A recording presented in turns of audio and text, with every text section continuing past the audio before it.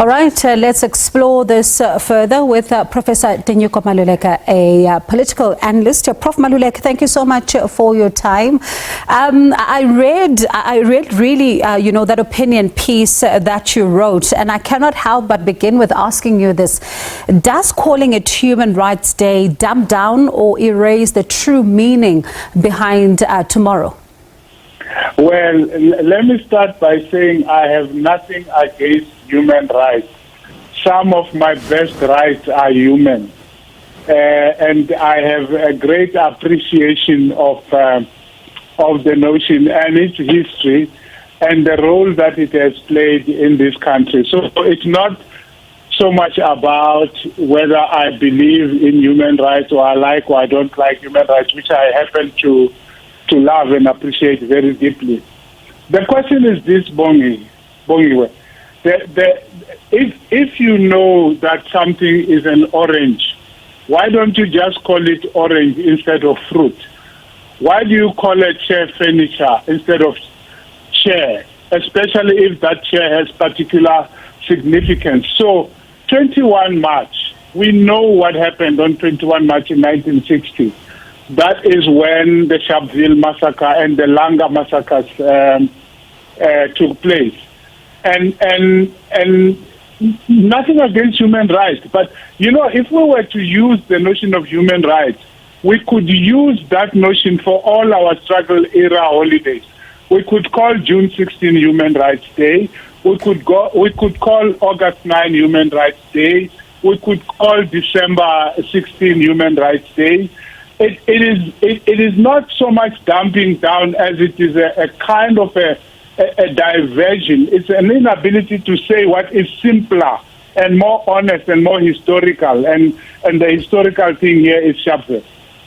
So do we then, if we don't call it what it is, as you say, do we run the risk as a country of forgetting what really happened, on this day, and even the contribution that it subsequently then made towards the end of apartheid, when it comes to South African history? We certainly run that risk, if not so much the risk of forgetting totally. Because how do you forget that 69 people, among whom were several women and children, were killed on this day in a few minutes? How can you forget that?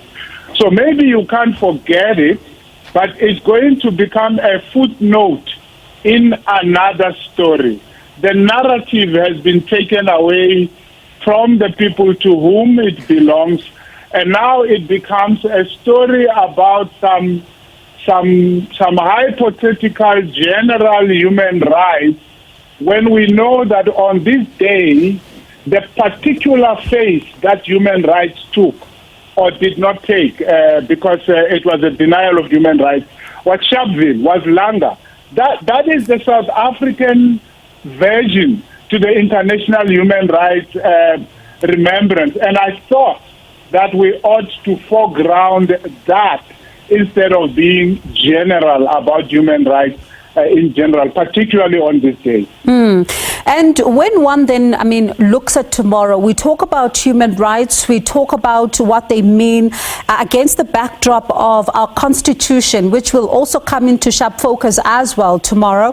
And do you think also that this day, though, must also rigorously look at the Constitution and see if it still serves the purpose that those who drafted it and finalized it at the time meant? Because we are finding ourselves, Prof, in a time where the Constitution, in fact, is really being put under scrutiny. Look, I appreciate colleagues and different South Africans who are raising issues around the Constitution. It has been for a while that this has happened, and that's why, for example, there was an attempt to amend it in terms of Section 25. I appreciate all of that. But I don't want us to blame the Constitution for what we have failed to do as a people. When we have remembered incorrectly, when we have elected governments that have not done what was supposed to be done, when we have put out visions and strategies and plans that we have strayed away from. I think we need to admit all of that and fix the problems instead of simply summarily blaming one document for the ills that we find ourselves in now. And then when I'm listening then to what you're saying is that then also those who are in positions put there by those who voted for them should also look at our history and such days and keep in mind the growing despondency, especially what it could do in a country where, some may feel like their rights are not being protected. Oh yeah, no, certainly history is a very important place for all of us to return to again and again, and to return to history with honesty. If we cannot return to the history of 1960 with honesty, surely we can't return to the history of 2012 with any more honesty, or the history of 2015 or 2017 with any more honesty, because we will have gotten used to finding a nuance that simply takes us away from what actually happened. What happened on 21st March 1960 was that Robert Sobukwe and his colleagues within the Pan-Africanist Congress led a peaceful protest that was all over the country, and then there was tragedy in Sharpville when the police shot down and many people. And I think we need to remember that as a basis for going forward.